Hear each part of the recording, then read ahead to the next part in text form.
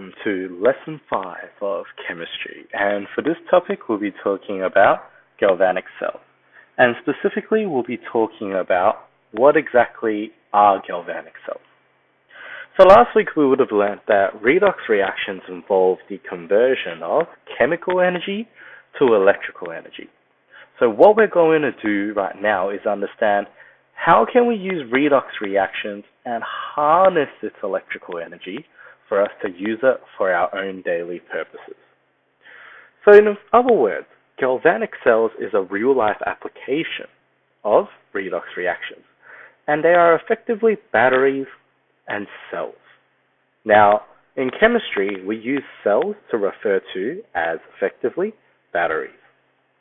So whether or not it be our phone, our watch, our laptop, all of them run by battery and all of them run by electricity. So within each and every one of these appliances are galvanic cells. Now obviously they kind of vary to the basic setup of two beakers, one wire, one salt bridge, and so forth. So of course they're going to be modified a little bit to suit everyday purposes, but the foundation of redox still applies, and we'll look at that further in more detail during class. Now our focus of today is we're going to talk about the types of batteries. Primary cells, in other words, primary batteries, are defined to be non-rechargeable batteries. So these batteries are, for example, our AA and our AAA batteries, and once they're used up, we just throw them away.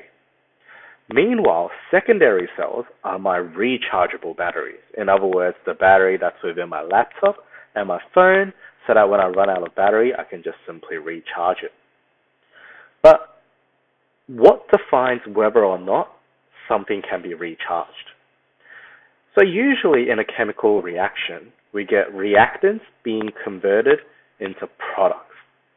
So in other words, A is being converted to B. Now, for redox reactions, we had chemical energy being converted to electrical energy. For something to be rechargeable, we must be able to convert electrical energy back into chemical energy. So we want products to turn back into reactants. So I can use my reactants and turn it into products again, which in other words, my normal galvanic reaction, we're going from chemical to electrical again. And that's effectively B becoming A. So the key principle of if something can be recharged is if once your reactants become products, can your products go back to make reactants? So just like the example of this apple, let's treat us eating an apple as if we're using the power of a battery, where my reactants are becoming products. Now, obviously, if I want to get back to where I once was, I need to kind of go backwards. So we restore the apple back to where it once was, so we're restoring the products back into reactants. So primary cells. Why are primary cells non-rechargeable? It's because the products of galvanic cells, in terms of primary cells, will migrate away from the electrode. So in other words, A can become B, my reactants can become my products, but my products cannot return to becoming my reactants. And hence, I can't perform my redox reaction where I get chemical energy to electrical energy. But what about a secondary cell? A secondary cell is rechargeable. And that's because the products of the reaction remain in contact with the electrodes.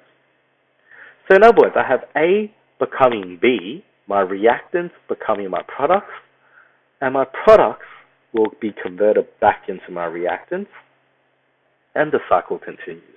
And that is why secondary cells are rechargeable. Now that's only the general picture of primary and secondary cells. There are of course more details that we need to discuss in class, such as providing electricity, electrolysis, and just understanding some key things about secondary cells. So a few questions for you to have a think about is, are secondary cells infinitely rechargeable or not?